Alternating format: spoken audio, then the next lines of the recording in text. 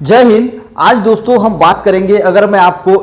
2 glass में समान मात्रा में अगर 1 ग्लास में गर्म पानी दूं और 1 ग्लास में अगर ठंडा पानी दूं और आपसे क्वेश्चन पूछूं कि कौन सा पानी जो है वो जल्दी फ्रीज होगा यानी बर्फ बनेगा, तो आप कहेंगे कि ठंडा पानी, पर ये नहीं होता।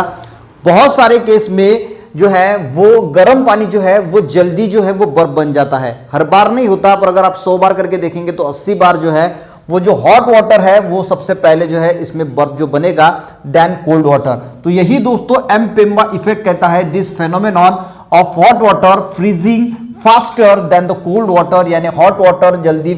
कोल्ड वाटर से जल्दी फ्रीज होता है और उसको ही हम एम्पेम्बा इफेक्ट जो है वो कहते हैं।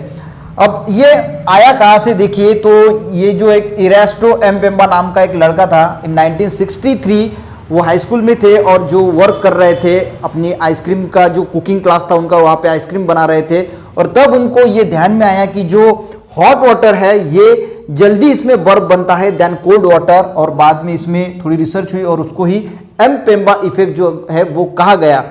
ये क्यों होता है, इसका रीजन आज तक जो है वो अननोन है, पता नहीं चल पाया कि ऐसा होता क्यों है। तो इसके बारे में बहुत सारे जो एक्सप्लेनेशन अलग अलग साइंटिस्ट ने दिए, अलग अलग हाइपोथेसिस बने, तो वही कुछ बातें जो है वो हम देखेंगे कि ये क्यों हो सकता है। हाइपोथेसिस है तो सबसे पहला रीजन उन्होंने बताया कि इवेपोरेशन जो है वो हो सकता है, कि जैसे कि दोस्तों जो हॉट वाटर होता है, अगर हमने हॉट वाटर लिया और समान मात्रा में कोल्ड वाटर लिया तो हॉट वाटर में से जो हॉट वाटर होने की वजह से कुछ वाटर जो है वो इवेपोरेट हो जाएगा और इसकी मात्रा जो है वो कम हो जाएगी और इसकी वजह से जो है वो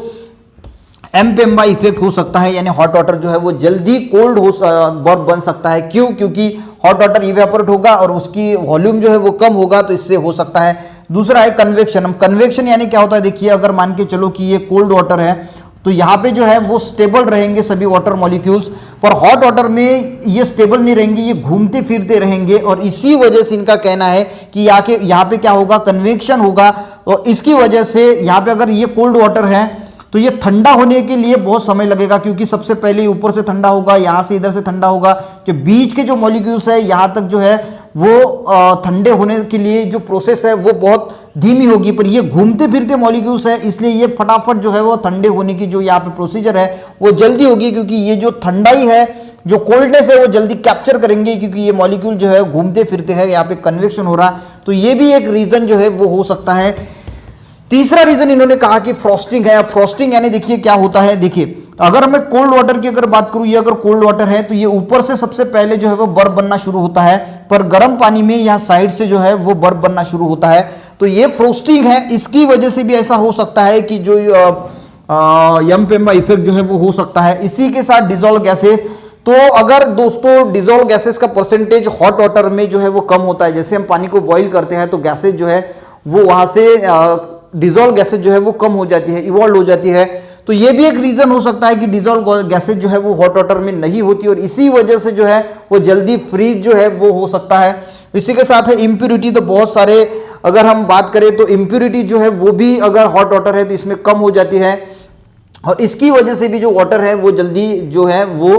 फास्टली जो है वो कोल्ड हो सकता, यानी फ्रीज हो सकता है हॉट वाटर इम्प्यूरिटी की वजह से, यानी सब सुपर कूलिंग हम जिसको कहते हैं, तो इसकी वजह से वो सुपर कूलिंग का भी फिनोमेना हो सकता है। यानी सुपर कूलिंग हम किसको कहते हैं कि जो फ्रीजिंग पॉइंट है, तो किसी लिक्विड का फ्रीजिंग पॉइंट से भी अगर हम बिलो फ्रीजिंग पॉइंट अगर चला जाता है तो उसको हम सुपर कूलिंग कहते हैं, तो उस वजह से भी दोस्तों एम्पेम्बा इफेक्ट जो है वो हो सकता है। तो ये कुछ हाइपोथेसिस है, एक्सप्लेनेशंस हैं कि इसकी वजह से हो सकता है, बाकी एग्जैक्ट रीजन जो है वो अननोन है। तो ये दोस्तों एम्पेम्बा इफेक्ट। मिलते हैं किसी नेक्स्ट वीडियो में, तब तक के लिए दोस्तों जय हिंद।